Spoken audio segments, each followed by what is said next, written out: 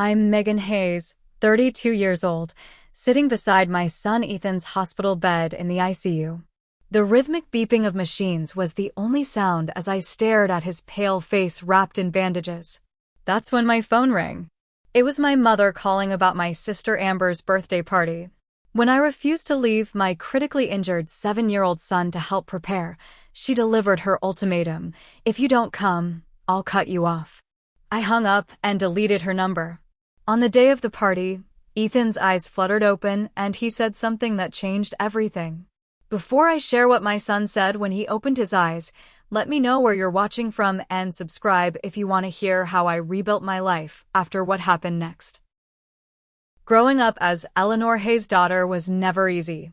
From my earliest memories, our household operated under one unspoken rule: Eleanor's word was law.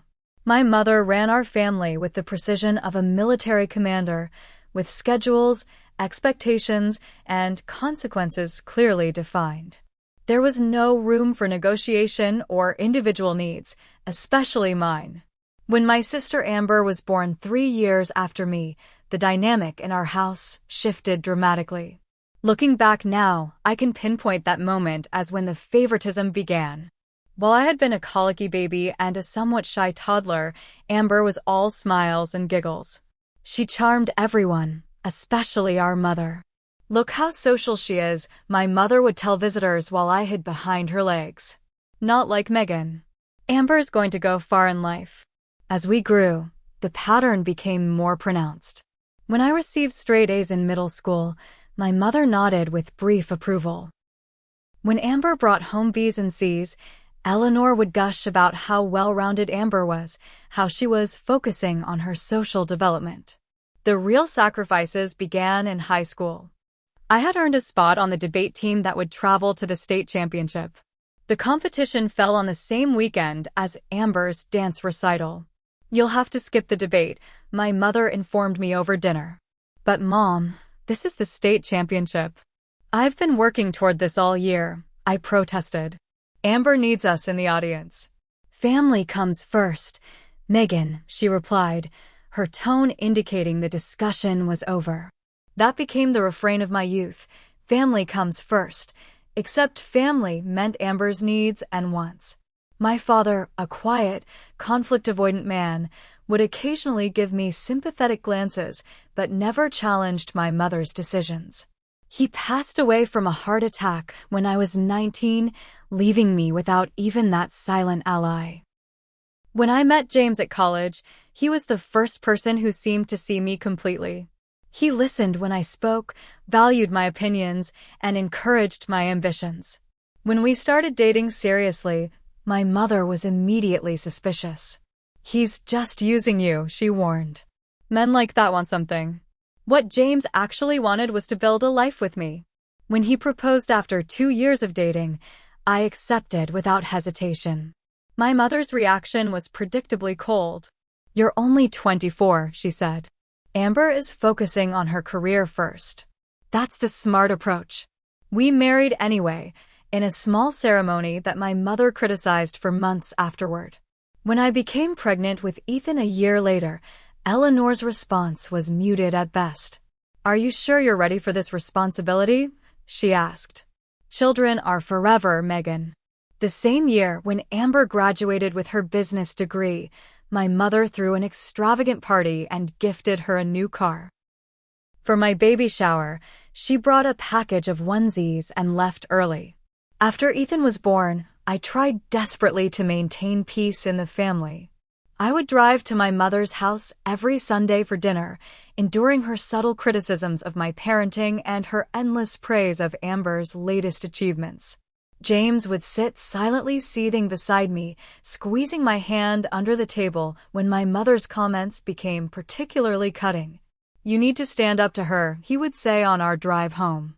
"She treats you like you're nothing, and Ethan deserves better than seeing his mother disrespected." I knew he was right, but years of conditioning made it nearly impossible to directly confront my mother. Instead, I tried setting smaller boundaries, declining invitations to last-minute events Eleanor planned for Amber, limiting our Sunday visits to twice a month instead of weekly. Each boundary was met with emotional warfare. My mother would call relatives to complain about my abandonment of the family. She would make pointed comments about how she was planning to divide her estate, with subtle implications that my inheritance hung in the balance. "I've always believed in rewarding loyalty," she would say while looking directly at me. Amber, now working at a marketing firm and living in a condo our mother helped purchase, fully embraced her role as the favored child. She expected me to babysit on short notice, help plan her birthday parties and work events, and listen to her relationship problems for hours. Any refusal was met with the same shocked indignation my mother displayed. "After everything Mom and I have done for you," she would say, though neither could ever specify what exactly they had done for me. Through it all, James remained my rock. He encouraged me to pursue my passion for photography, celebrating when I secured my first paid gigs.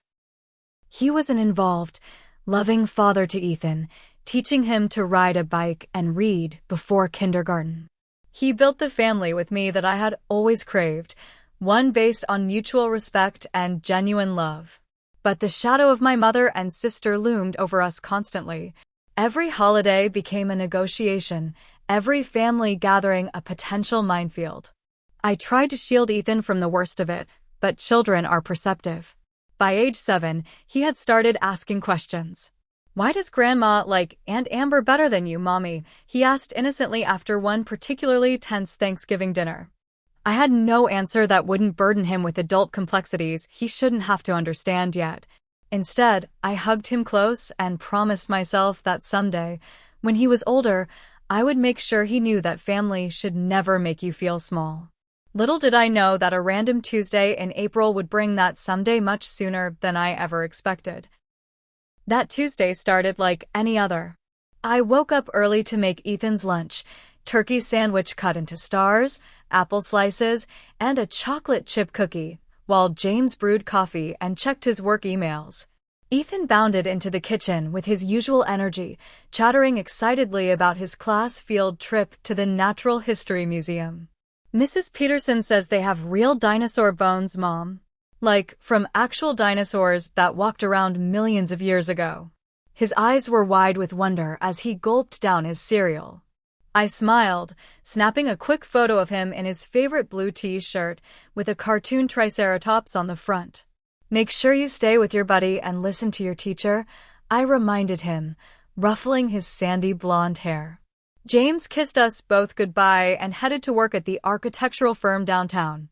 I watched Ethan climb onto the yellow school bus, waving until it turned the corner. Then I settled in at my home office to edit photos from a wedding I had shot the previous weekend. The call came at 11:42 a.m. I remember checking the time on my computer screen when my phone lit up with the school's number. "Mrs. Hayes?" The voice belonged to Principal Winters. Something in her tone made my stomach drop instantly. "There's been an accident during the field trip. Ethan has been injured. An ambulance is taking him to Memorial Hospital right now." The world seemed to tilt sideways. "What happened? How bad is it?" My voice sounded strange to my own ears, high and tight. The children were crossing the street to the museum when a car ran a red light. "Ethan was hit. The paramedics are doing everything they can.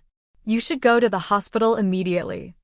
I don't remember hanging up or grabbing my keys. The next clear memory I have is running through the hospital's emergency entrance, gasping Ethan's name to the startled receptionist. "My son, school bus accident. They brought him here." A nurse appeared and led me to a small waiting room. "The doctors are with him now. Someone will come talk to you as soon as possible." Those minutes of waiting were the longest of my life. I called James, my words tumbling out incoherently until he understood enough to say he was on his way. I paced the small room, alternating between silent prayers and bargaining with any higher power that might be listening. "Take anything from me. Just let him be okay." When the doctor finally appeared, his grave expression told me everything before he spoke a word. "Mrs. Hayes, I'm Dr. Mercer. Ethan has sustained serious injuries. He has severe head trauma, a broken femur, 3 broken ribs, and internal bleeding that we've managed to control.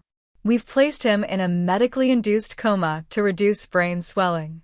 The clinical terms washed over me as I struggled to comprehend what they meant for my little boy. Is he going to die? I finally managed to ask, the question barely audible. Dr. Mercer's expression softened slightly. He's in critical condition, but he's stable for now. The next 48 hours will be crucial. We're doing everything we can. When James arrived minutes later, I collapsed into his arms, both of us breaking down in the sterile hospital corridor. A kind nurse guided us to the pediatric ICU where we could see Ethan. Nothing prepares you for seeing your child like that. My vibrant, dinosaur-loving 7-year-old lay motionless, connected to more machines than I could count. His small head was wrapped in bandages, his face swollen and discolored. A ventilator breathed for him, making his chest rise and fall in an unnatural rhythm. His brain needs time to heal, explained the ICU nurse, a woman named Sarah with kind eyes and efficient movements. The coma will help with that. Talk to him. Hearing familiar voices can help, even if he can't respond. And so began our vigil. I refused to leave Ethan's side, talking to him constantly about his favorite books, dinosaur facts he'd taught me, promises of ice cream, and trips to the beach when he woke up. James alternated between sitting with us and making necessary phone calls, to his boss, to our insurance, and to family. He texted updates to my mother and Amber, as well as his own parents who lived out of state. His parents immediately began making travel arrangements to come support us. My mother's response was a brief, keeping you in our thoughts. The first night, I slept in the uncomfortable chair beside Ethan's bed, waking at every beep or movement from the medical staff. James brought me a change of clothes and toiletries the next morning, his eyes red-rimmed from crying in private. The doctors say he's holding his own, he told me, squeezing my hand. That's good, Meg. He's fighting.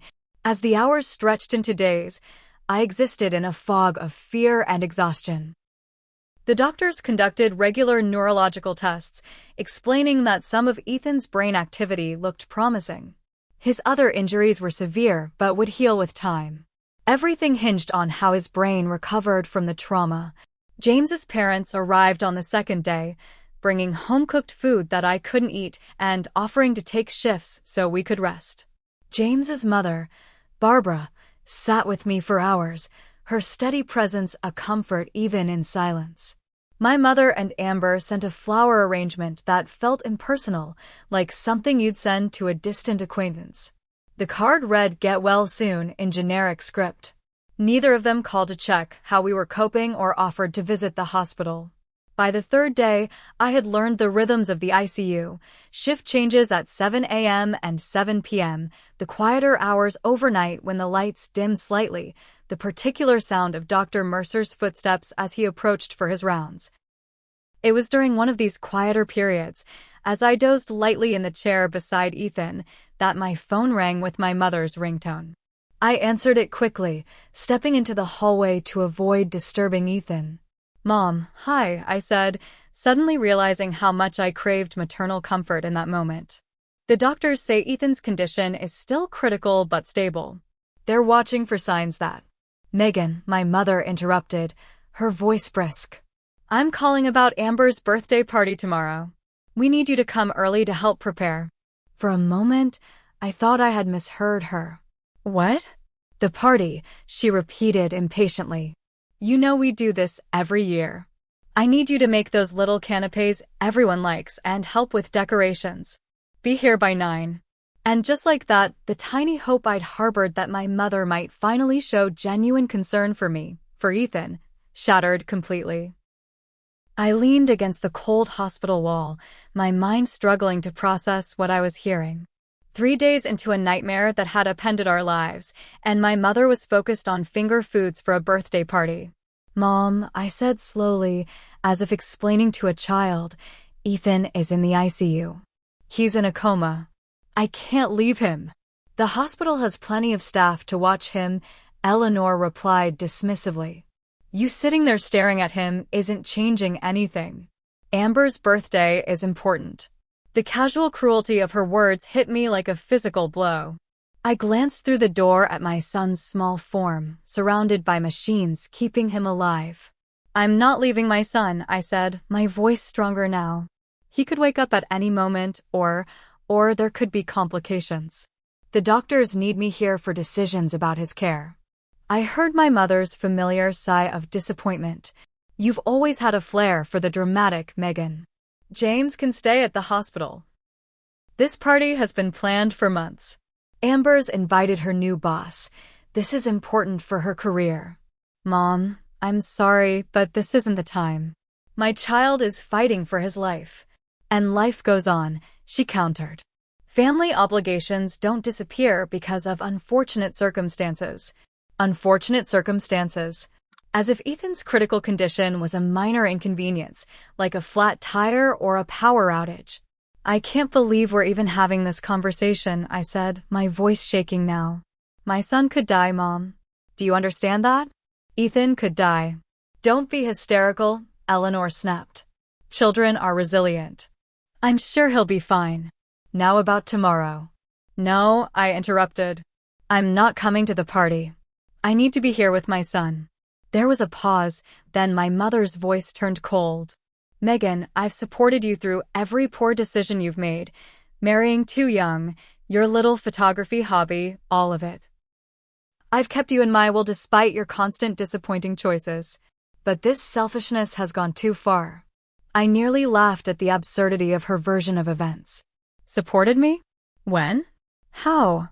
"If you don't come to this party and fulfill your family obligations," she continued, as if I hadn't spoken, "I'll cut you off completely. No inheritance, no family connections, nothing." "Is that what you want?" The threat that had loomed over me for years was finally spoken aloud. I should have felt afraid, or at least conflicted. Instead, a strange calm settled over me. "Let me talk to her," I heard Amber say in the background, followed by rustling as the phone changed hands. "Megan, you're being ridiculous," my sister's voice came through, sharp with annoyance. "Mom has been planning this for ages. My boss and his wife are coming. I need everything to be perfect, and your canapes are the only ones that look right. Just come for a few hours." "Amber, Ethan is in critical condition. He was hit by a car. He's in a coma." "And sitting there staring at him helps how exactly?" she asked. "Hospitals are depressing anyway. You could use a break." In that moment, something broke inside me, or perhaps it finally healed. I saw with perfect clarity the dynamic that had shaped my entire life. I was only valued for what I could provide, what I could sacrifice. "No," I said simply. "What do you mean no?" Amber demanded. "I mean no. I won't be at the party. I won't be making canapes or hanging streamers or pretending that anything matters more than my son right now." "You selfish bye." "I'm hanging up now," I interrupted.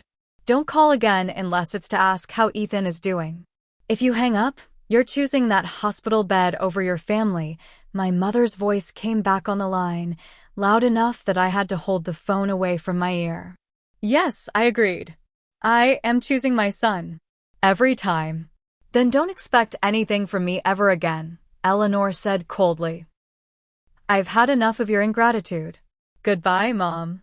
I ended the call and immediately deleted both my mother's and Amber's numbers from my phone. My hands were shaking, but not from fear or regret. For the first time in my life, I felt completely certain that I had made the right choice. I turned around to see James standing in the doorway of Ethan's room, his expression a mixture of pride and concern. "You heard?" I asked. He nodded. "Most of it. Are you okay?" "Surprisingly, yes." I looked past him to where our son lay. "I should have done that a long time ago." James wrapped his arms around me, and I leaned into his strength. "You did it now. That's what matters." As we returned to Ethan's bedside, I felt lighter somehow, as if I'd put down a burden I'd been carrying for decades.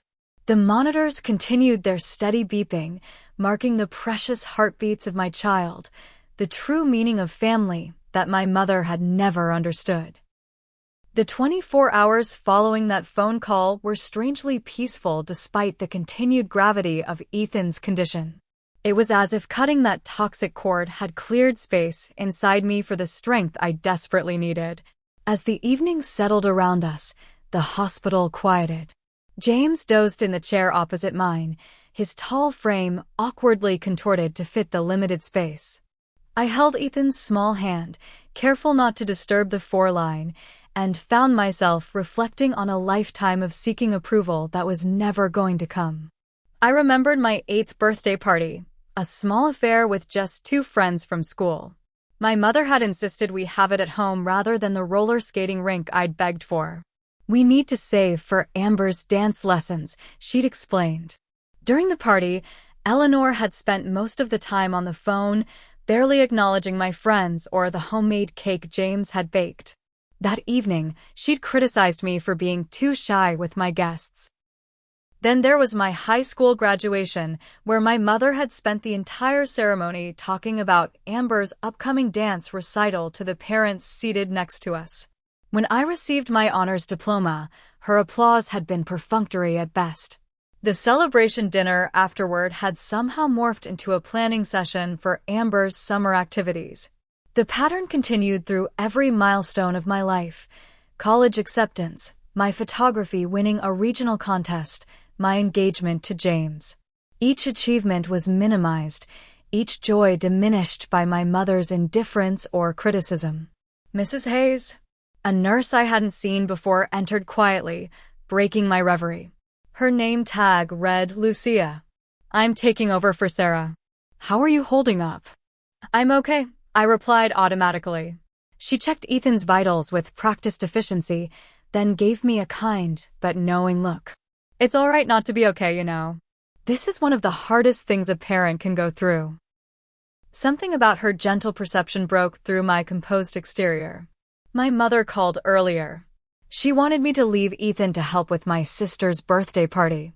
I surprised myself by sharing this with a stranger. Lucia's hands stilled momentarily. "And what did you tell her?" I said no. For probably the first time in my life, I chose what I knew was right over what she wanted. She nodded, adjusting Ethan's blanket with maternal care. Some people can't understand that there are moments in life when nothing else matters but being present for someone you love. She threatened to cut me off financially, I admitted, as if that would change my mind about staying with my son. In my 20 years of nursing, Lucia said quietly, I've seen all kinds of families. The ones who heal best, both the patients and their loved ones, are the ones who know what truly matters. She glanced at James, still sleeping uncomfortably in the chair. Looks like you have that figured out. After she left, Dr. Mercer came by for late rounds. His face showed the fatigue of long hospital hours, but his attention to Ethan was unwavering. His intracranial pressure has decreased slightly, he noted, studying the monitors. That's a positive sign. We'll do another scan in the morning, but if this trend continues, we might consider beginning to lighten the sedation tomorrow. Hope fluttered in my chest. Does that mean he could wake up soon? It's still too early to make promises, Dr. Mercer cautioned. But his body is fighting hard, and that's exactly what we want to see. After he left, I bent close to Ethan's ear. Did you hear that, sweetie? You're doing so well. Dad and I are right here. We're not going anywhere. James stirred and opened his eyes. Any news? He asked groggily. I shared Dr. Mercer's update, and for the first time since the accident, we allowed ourselves to feel cautiously optimistic. The next morning, James's parents returned with fresh clothes and real coffee, a luxury compared to the hospital cafeteria's bitter brew. Barbara had also brought Ethan's favorite teddy bear, Mr. Growls, and his well-worn copy of Jurassic Park, the junior novelization. The house feels so empty without him, Barbara said, her eyes welling with tears as she placed the bear carefully beside Ethan. We know he's going to pull through this. He's a fighter, just like his mom. I hugged her, grateful for the genuine maternal warmth I'd always craved from my own mother.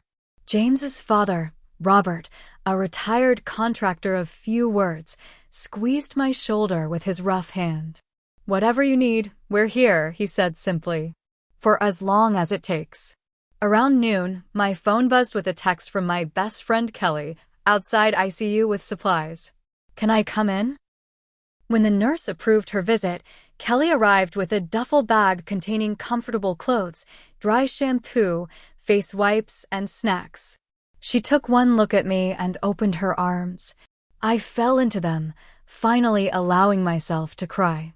"I saw Amber's social media posts about her party," Kelly said once I'd calmed down. "Something about family disappointing her." I figured something had happened. I explained the phone call, Eleanor's ultimatum, and my decision. "It's about damn time," Kelly said fiercely. "I've watched her treat you like an afterthought for 20 years. I should have set boundaries years ago," I admitted. "But I always thought if I just tried harder, was more perfect, more accommodating, she'd finally love you like you deserved." Kelly finished gently. "Meg, that was never going to happen. Not because of anything you did or didn't do, but because of who she is." As the day progressed, texts began arriving from some of Eleanor's friends, flying monkeys dispatched to bring me back in line. "Your mother is heartbroken by your behavior," one read. "Family should come first," stated another. I deleted them all without responding. James returned from a quick trip to the cafeteria, a social worker trailing behind him. "This is Ms. Winters," he explained. "She helps families coping with critical care situations." Ms. Winters, a woman about my age with a practical ponytail and kind eyes, explained the hospital's support services, from counseling to practical assistance with insurance and medical leave paperwork. "I also want you to know," she added carefully, "that we've had some calls from people claiming to be family members, demanding information about Ethan's condition. Hospital policy prohibits sharing patient information without parental consent." My heart sank. "Let me guess, my mother and sister?" Ms. Winters nodded. I explained that only parents or designated emergency contacts can receive updates or make decisions about Ethan's care. "Thank you," James said firmly. "We want to keep it that way." As evening approached again, James's parents insisted we both get some proper rest. "We'll stay with Ethan," Barbara promised. "If anything changes, anything at all, we'll call immediately." James convinced me to use the hospital's family shower room and change into the clean clothes Kelly had brought. The hot water couldn't wash away the fear and worry, but it helped restore some small sense of normalcy. In the family waiting area, I curled against James on a small sofa, my head on his chest. "What if my mother's right?" I whispered, voicing the doubt that had crept in despite my resolve. "What if I am selfish and ungrateful?" James's hand stroked my hair gently. "Megan, listen to me. Choosing to stay with our critically injured son instead of making finger foods for a party isn't selfish. It's being a mother, a real mother. But family. We are family," he interrupted firmly. "You, me, and Ethan. That's our core family unit, and it deserves to be protected. Your mother and Amber are extended family who have consistently shown they don't respect or value you." As I drifted into an exhausted sleep, I realized that James was right. Family wasn't defined by blood or obligation. It was defined by love, respect, and being present when it truly mattered. And by that definition, my true family was right here in this hospital, surrounding Ethan with all the love and support he needed to heal. I woke to the vibration of my phone at 7:23 a.m., the morning of Amber's birthday party. Several text notifications crowded the screen, all from unknown numbers that I recognized as belonging to my mother and sister. They must have been using other people's phones since I'd deleted their numbers. "Mom says last chance to make the right choice. You're ruining everything as usual. Family doesn't abandon family." I silenced my phone and slipped it into my pocket without responding. James was already awake, speaking quietly with his father near the door to Ethan's room. "Barbara's getting coffee," Robert explained when he saw me. "Any changes overnight?" The night nurse said he had good responses to the neurological checks, James reported. Dr. Mercer should be here soon for morning rounds. I took my place beside Ethan, noting that his color seemed slightly better today. The brutal swelling around his eyes had diminished, and in the early morning light filtering through the blinds, he looked more like my little boy again. "Good morning, sweetheart," I said softly, brushing my fingers gently over his arm. "It's a new day. Dad and I are right here with you." Dr. Mercer arrived an hour later, accompanied by 2 residents. After examining Ethan and reviewing the overnight data, he turned to us with cautious optimism. The intracranial pressure continues to decrease, and his latest scan shows reduced swelling. "I think we can begin lightening the sedation today. This will be a gradual process," he warned. "Don't expect him to wake up immediately. We'll reduce the medication slowly and monitor how he responds." "What should we look for?" James asked, his hand finding mine and squeezing tightly. "Small movements, changes in breathing patterns, response to voices," Dr. Mercer explained. "The process could take hours or even days. Remember that even when he does wake up, he may be confused or disoriented. That's completely normal after what he's been through." After the doctor left, James offered to take the first shower so I could stay with Ethan. While he was gone, I checked my phone again out of habit. Amber had posted photos of party preparations on social media with a passive-aggressive caption about making the best of things when people let you down. I put the phone away, determined not to let their drama pull me away from what mattered. Instead, I held Ethan's hand and told him about the beach trip we would take when he was better. "Remember last summer at Cape Cod? How you built that enormous sandcastle with Dad? The one with the moat that actually held water? We can go back there, or try a new beach if you want. Anywhere you want to go, buddy." James returned, freshly showered and carrying a hospital breakfast tray for me. "Mom insisted," he explained with a small smile. "She said you need to keep your strength up." While I was in the shower later that morning, the medical team began the process of reducing Ethan's sedation. By the time I returned, James was leaning forward in his chair, watching our son intently. He moved his fingers, he reported excitedly. "Just a small twitch, but the nurse said that's a good sign."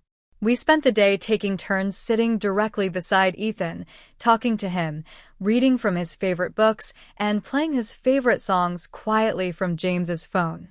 Barbara and Robert maintained a supportive presence, bringing food and coffee and handling calls from concerned friends.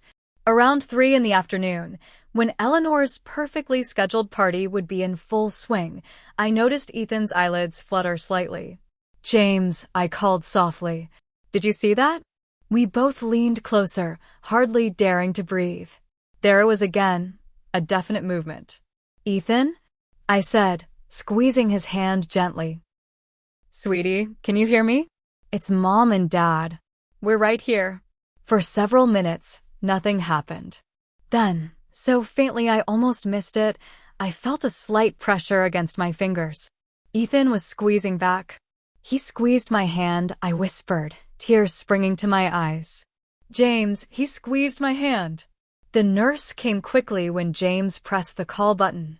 She checked Ethan's vitals and responses, smiling at what she found. "These are very good signs," she confirmed. "Keep talking to him.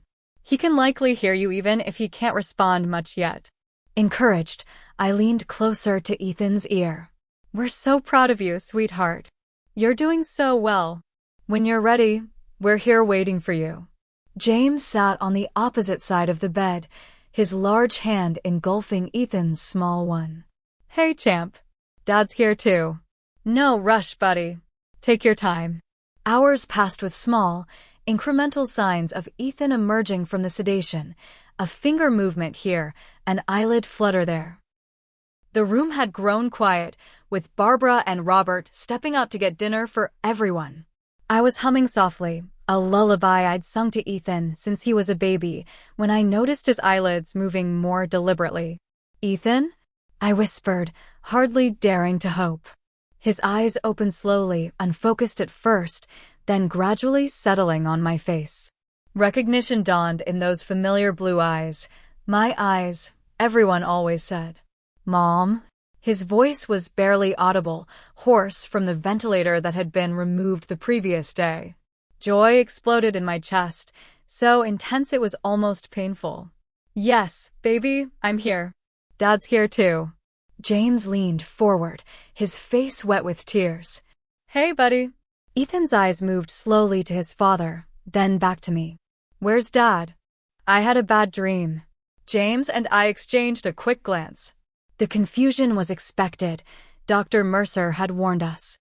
"Dad's right here, sweetie," I said gently, motioning to James. "See? Right beside you." Ethan blinked slowly, processing this information. "Oh!" "Yeah." His eyes began to drift closed again. "Tired." "That's okay," I assured him, squeezing his hand. "You can rest. We'll be right here when you wake up again." James was already pressing the call button to alert the medical staff. Within moments, Dr. Mercer and 2 nurses were in the room, checking Ethan's responses and vital signs. "This is excellent progress," Dr. Mercer confirmed after a thorough examination. "He's still going to drift in and out for a while, and there may be some confusion, but these are very promising signs." When they left, James enveloped me in a tight embrace, both of us finally releasing the fear we'd been holding since that first terrible phone call. Our son was coming back to us. Barbara and Robert returned to find us crying and smiling simultaneously. When we explained what had happened, Barbara burst into tears herself, while Robert simply nodded repeatedly, his weathered face working to contain his emotions. "I knew it," Barbara kept saying. "I just knew our boy would pull through." As evening settled over the hospital, Ethan woke briefly 2 more times, each time seeming slightly more present. During his 3rd awakening, he managed to ask for water, which the nurse allowed him to have in small sips from a special cup. Somewhere across town, my mother's perfectly orchestrated birthday celebration for Amber would be winding down. There would be precisely timed gift opening, strategically assigned seating, and calculated conversations designed to impress Amber's boss. None of it mattered in the slightest. Here, in this hospital room with its beeping machines and antiseptic smell, was everything of true value in my life. My son, fighting his way back to us. My husband, steadfast and loving. And the knowledge that I had finally made the right choice. As Ethan drifted back to sleep, his small hand still clutching mine, I felt a sense of peace unlike anything I'd experienced before. Whatever challenges lay ahead in his recovery, whatever fallout came from standing up to my mother, we would face it together, as a real family. The days following Ethan's awakening were filled with cautious optimism. Each day brought new progress, longer periods of alertness, more coherent conversations, and gradually improving physical responses. The doctors remained conservative in their prognosis, warning us about the long road of recovery ahead, but couldn't hide their satisfaction with Ethan's remarkable improvements. 5 days after Ethan first opened his eyes, he was moved from the ICU to a regular pediatric room. The new space was brighter, less intimidating, with colorful murals on the walls and a small sofa bed where I could sleep more comfortably. James had reluctantly returned to work part-time, coming directly to the hospital afterward and spending every weekend with us. Ethan's resilience amazed me. Despite his serious injuries and the confusion that sometimes still clouded his thoughts, his personality began to shine through again. His curiosity, his gentle humor, his fascination with dinosaurs undiminished by the trauma he'd endured. "Mom, did they find any dinosaur bones while I was asleep?" he asked one afternoon, referring to his interrupted museum trip. "Not that I know of, sweetheart," I replied, smiling at his typical 7-year-old logic. "But as soon as you're better, we'll go see those dinosaur exhibits together." "Promise?" he asked, his blue eyes serious. "I promise," I said, sealing it with a gentle kiss on his forehead. Physical therapy began that same week, painful, challenging sessions that left Ethan exhausted but determined. His broken femur was healing well, though he would need to use a wheelchair initially, then graduate to crutches before walking unassisted again. The neurologist was pleased with his cognitive recovery, noting only minor memory issues that would likely improve with time. Throughout this period, my phone remained blessedly free of contact from Eleanor or Amber. I had checked their social media accounts once, finding only vague references to family difficulties and several photos of the birthday party featuring Eleanor's friends offering exaggerated sympathy to Amber. I blocked both their accounts afterward, feeling no need to subject myself to their narrative. James's parents had returned to their home in Connecticut, but called daily for updates. My friend Kelly visited often, bringing home-cooked meals and distractions for Ethan in the form of new dinosaur books and small toys. It was during one of these quiet afternoon visits, with Kelly reading to Ethan while I stepped out to speak with his physical therapist about home exercises, that my carefully constructed peace was shattered. As I returned to Ethan's room, I heard raised voices from the hallway and rounded the corner to find Eleanor and Amber standing at the nurse's station, demanding information. "I'm his grandmother," Eleanor was saying imperiously to the charge nurse. "I have every right to see him." "As I've explained, ma'am, we can only allow visitors approved by the parents," the nurse replied firmly. "This is ridiculous," Amber added. "We're family. We've been worried sick." I stopped short, my heart pounding. They hadn't noticed me yet, giving me a moment to collect myself. Taking a deep breath, I stepped forward. "No, you haven't," I said clearly. They both turned, Eleanor's face showing brief surprise before settling into its familiar mask of disapproval. Amber looked me up and down with undisguised contempt. "Well, you finally decided to answer," my mother said coldly. "We've been trying to reach you for days." "I deleted your numbers," I replied simply. "What are you doing here?" "We came to see Ethan, obviously," Amber said, as if explaining to a child. "Since you couldn't be bothered to keep us updated." The unfairness of this statement was so breathtaking I almost laughed. "You mean since you couldn't be bothered to ask how he was doing? Since all you cared about was a birthday party while he was fighting for his life?"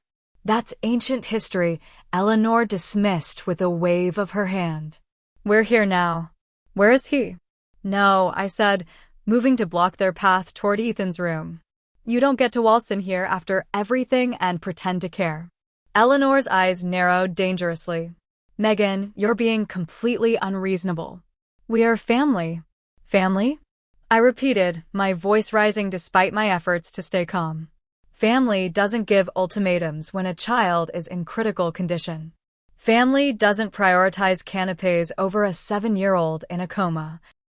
Several nurses had stopped to watch, and a security guard was moving in our direction, alerted by the escalating confrontation. "Lower your voice," Eleanor hissed. "You're making a scene." "I don't care," I replied, surprising myself with my own steadiness. "You need to leave. Ethan is recovering from severe trauma, and he doesn't need this stress." "Neither do I." Amber stepped forward, her expensive perfume overwhelming in the antiseptic hospital corridor. "This is so typical of you, Megan. Always the victim, always the martyr. Did it ever occur to you that Mom has been heartbroken over this whole situation?"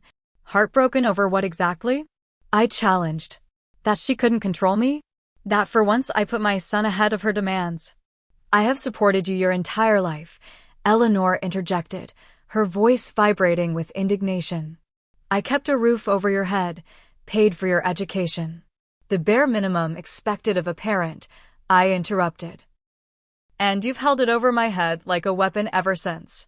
Eleanor's face flushed with anger. "This is the thanks I get? After everything I've sacrificed?" "What exactly have you sacrificed for me, Mom? Name one thing. One time when you put my needs ahead of your own or Amber's." Her mouth opened and closed, but no specific examples were forthcoming. The security guard reached us then, his expression professionally neutral. "Is there a problem here?" "Yes," I said before Eleanor could speak. "These people are not authorized to visit my son, and I need them to leave." "We're family," Eleanor protested, but her voice had less conviction now. Ma'am, the guard addressed her politely but firmly. Hospital policy is clear. If the parent doesn't want you visiting, you'll need to leave the premises. Eleanor drew herself up to her full height, attempting to intimidate through sheer force of personality as she had done my entire life. Megan, if you do this, there will be consequences. I wasn't joking about changing my will. Every penny will go to Amber. For the first time, such a threat held no power over me. I don't want your money, Mom. I never did. I wanted your love and support, but I finally accepted that's not something you're capable of giving. How dare you, she gasped. Please escort them out, I said to the security guard, turning away from my mother's outrage. This isn't over, Amber called as the guard began leading them toward the exit. You can't just cut us off like this. I turned back briefly. I didn't cut you off. You chose a party over a child in critical condition. You made that choice, not me. As they disappeared down the hallway, I became aware of the nurses watching with undisguised support. One older nurse gave me a subtle thumbs up before returning to her station. Shaken but somehow stronger, I returned to Ethan's room where Kelly sat wide-eyed, having clearly overheard much of the confrontation. Are you okay? She asked quietly, glancing at Ethan who had fallen asleep during his reading session. Actually, yes, I replied, surprising myself with the truth of it. I really am. Later that evening, when James arrived after work, I recounted the confrontation. He listened without interrupting, his expression growing increasingly concerned. I'm so sorry you had to face them alone, he said when I finished. I wasn't alone. I corrected him. I had the entire nursing staff and hospital security on my side. I smiled weakly. Plus, I kept hearing your voice in my head, telling me I was making the right choice. He pulled me into a tight embrace. You were magnificent, he murmured into my hair. I'm so proud of you. Dr. Mercer stopped by during evening rounds, his expression unusually serious. Mrs. Hayes, I heard about the incident this afternoon. I want you to know that I've updated Ethan's file with specific visitor restrictions. Only people you explicitly approve will be allowed in. Thank you, I said gratefully. I don't think they'll try again, but I appreciate the precaution. He nodded. In my experience, family dynamics can sometimes impede recovery. Your son needs calm, supportive energy around him right now. You were right to protect that environment. As James and I settled in for another night in the hospital, with Ethan sleeping peacefully nearby, I felt an unfamiliar sense of lightness. The confrontation that should have left me drained had instead proved liberating. For the first time in my life, I had stood firm against the emotional manipulation that had defined my relationship with my mother and sister. You know what's strange? I whispered to James in the dimly lit room. I don't even feel angry anymore. Just free. He squeezed my hand in the darkness. That's because you finally put down the burden that was never yours to carry in the first place. As I drifted toward sleep, I realized he was right. The weight of seeking approval I would never receive, of trying to earn love that should have been freely given, had finally been set aside. In its place was something infinitely more valuable, the knowledge that I had become the mother I had always needed, one who would put her child above everything else, without hesitation and without regret. 3 months after the accident, our living room had been transformed into a temporary physical therapy space. Colorful exercise mats covered the floor, stability balls lined one wall, and a set of parallel bars, borrowed from the hospital's outpatient center, dominated the center of the room. 10 more steps, buddy, you're doing great. James encouraged as Ethan made his way slowly between the bars, his face scrunched in concentration. 7, 8, 9, 10. Ethan counted, his voice growing triumphant with each number. When he reached the end, he looked up with a grin that lit up his entire face. Mom, did you see that? No wobbles. I saw, I confirmed, recording the milestone on my phone. That's your best one yet. Ethan's recovery had progressed remarkably well, exceeding even the most optimistic projections from his medical team. The cast on his leg had been removed 2 weeks earlier, revealing a thin but healing limb that grew stronger each day. His neurologist had declared him clinically astonishing, noting that while some minor memory issues persisted, his cognitive function had returned to age-appropriate levels in nearly all areas. But the physical recovery, impressive as it was, told only part of the story. The true healing extended far beyond broken bones and traumatic brain injuries. Our family had been fundamentally transformed by the experience, strengthened, recalibrated, and rebuilt on a foundation of what truly mattered. James and I had begun therapy sessions with Dr. Levine, a family counselor specializing in trauma and recovery. Initially focused on helping us process the accident and support Ethan's healing, the sessions had evolved to address the family dynamics I'd normalized for so long. What you experienced growing up wasn't normal or healthy, Dr. Levine had told me during one particularly emotional session. The constant comparison, the conditional love, the emotional manipulation, these are patterns of relational trauma. Those words, relational trauma, had given name to the vague unease I'd felt my entire life. Understanding that my feelings of inadequacy weren't character flaws but predictable responses to dysfunctional parenting had been revelatory. The amazing thing, Dr. Levine had noted, is that despite not having healthy models, you've created a nurturing environment for Ethan. You broke the cycle. That observation had brought me to tears, not of sadness, but of profound relief. My deepest fear had always been that I would somehow replicate my mother's cold conditionally with my own child. Knowing that I had successfully charted a different course felt like the most significant achievement of my life. The doorbell rang, interrupting my thoughts. James helped Ethan to his wheelchair, still necessary for longer distances, while I went to answer it. Kelly stood on our porch, holding a large chocolate cake decorated with dinosaur figures. "Special delivery for the bravest 7-year-old I know," she announced, stepping inside. "Is that chocolate cake?" Ethan called excitedly from the living room. "With extra chocolate frosting," Kelly confirmed, winking at me. As requested by the almost birthday boy. Ethan's 8th birthday was 3 days away, and we were planning a small celebration, his first real outing since returning home from the hospital. Just a trip to the Natural History Museum with 2 friends from school, followed by pizza and cake at home, but it represented an important milestone in his recovery. As Kelly set the cake on the kitchen counter, she lowered her voice.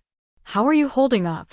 Any more drama from the Wicked Witch and her flying monkey?" I smiled at her characterization. "Not directly. My cousin Tim called last week to say my mother's been telling everyone I had some kind of breakdown and abandoned the family during a difficult time. Apparently I'm being selfish and ungrateful, as usual." "Of course she's rewriting history," Kelly said, rolling her eyes. Heaven forbid she admit she prioritized a party over her grandson's life. "It doesn't matter," I said, and meant it. "I don't care what story she tells anymore." And I truly didn't. In the weeks following our confrontation at the hospital, I had received a few texts from more distant relatives, some concerned, others clearly carrying Eleanor's water. I had responded to the genuine concerns with brief updates on Ethan's condition and ignored the guilt trips entirely. The only direct contact had been a letter that arrived about 6 weeks after the accident. I recognized Eleanor's precise handwriting on the envelope, but instead of opening it, I had set it aside in a drawer. Whatever justifications or manipulations it contained couldn't touch me anymore. James's parents had been incredible throughout the recovery process, visiting regularly and offering practical help without being asked. They had even started a college fund for Ethan, contributing the money they had originally planned to leave in their will. "Why wait?" Robert had said gruffly. "Family supports family now, not just after they're gone." That simple statement had crystallized the difference between James's parents and my mother. One saw family as a source of support and love in the present. The other viewed it as a transactional relationship with rewards or punishments to be distributed based on compliance. Earth to Megan, Kelly waved her hand in front of my face. "Where'd you go?" "Sorry," I smiled. "Just thinking about how much has changed." "For the better," she affirmed, squeezing my arm. We joined Ethan and James in the living room, where Ethan was proudly demonstrating his improving mobility by standing unassisted for nearly a minute. "Next stop, Olympic gold medals," Kelly teased, clapping for his achievement. "First stop, Dinosaur Museum," Ethan corrected seriously. "Dad said if I keep getting stronger, we can go to the big museum in New York next summer. They have a T-Rex skeleton that's almost complete." "That sounds like an awesome plan," Kelly agreed. "Maybe Aunt Kelly could tag along on that trip?" "Yes," Ethan enthused. "You can take pictures of me with the dinosaurs for my science project." As the conversation flowed around me, I felt a deep contentment that had once seemed impossible. The fear of disappointing my mother, of failing to meet impossible standards, of never being enough, all had been replaced by the simple joy of being present with people who loved unconditionally. Later that evening, after Kelly had gone and Ethan was asleep, James and I sat on the back porch swing, watching fireflies illuminate the summer darkness. "I got a call from HR today," James said casually. "They approved my reduced schedule through the end of the year. 4 days a week, with Fridays off for Ethan's therapy appointments." "That's wonderful," I said, leaning against his shoulder. "Your boss has been so understanding through all of this. Unlike some people we could mention," he added wryly. I nodded, thinking about the stark contrast between the support we'd received from friends, colleagues, and James's family versus the callous disregard shown by my mother and sister. "You know," I said slowly, when Ethan asked about Grandma Eleanor last week, I wasn't sure what to say. "What did you tell him?" James asked. "The truth, but in 7-year-old terms." I said that sometimes grown-ups make choices that hurt other people and that Grandma made choices that weren't kind to us when he was sick. I told him that for now, we needed to spend time with people who make us feel loved and safe. James nodded thoughtfully. "How did he take it?" He thought about it for a minute, then asked if it was like when Tyler pushed him on the playground and didn't say sorry. "Sometimes you need a really big timeout from people who aren't nice," he said. I smiled at the memory. "Out of the mouths of babes." "Smart kid," James murmured. "Wonder where he gets that from." The swing creaked gently as we rocked in comfortable silence. Fireflies continued their luminous dance across the yard, reminding me of how light can emerge from darkness. "I've been thinking about my photography again," I said after a while. "Maybe once Ethan's back in school full-time, I could restart the business." I've had 3 former clients ask if I'm available for fall family portraits. "You should definitely do it," James encouraged. "Your work is beautiful, and it makes you happy." "It does," I agreed. "And we could use the extra income since I'm not getting that inheritance anymore." I kept my tone deliberately light, making it a joke rather than a regret. James chuckled. "Somehow I think we'll survive without Eleanor's money." "We already are," I said softly. "In all the ways that matter." As the night deepened around us, I reflected on the strange path that had led us here. An accident that nearly took my son had ultimately given me the strength to break free from a lifetime of emotional manipulation. Ethan's brush with death had taught me more about living authentically than all my previous years combined. In choosing to prioritize my child over my mother's demands, I had finally understood what real motherhood meant, not control or conditional approval, but unconditional presence and love, especially when it was difficult. Not perfect, but perfectly committed. The journey of healing was far from complete.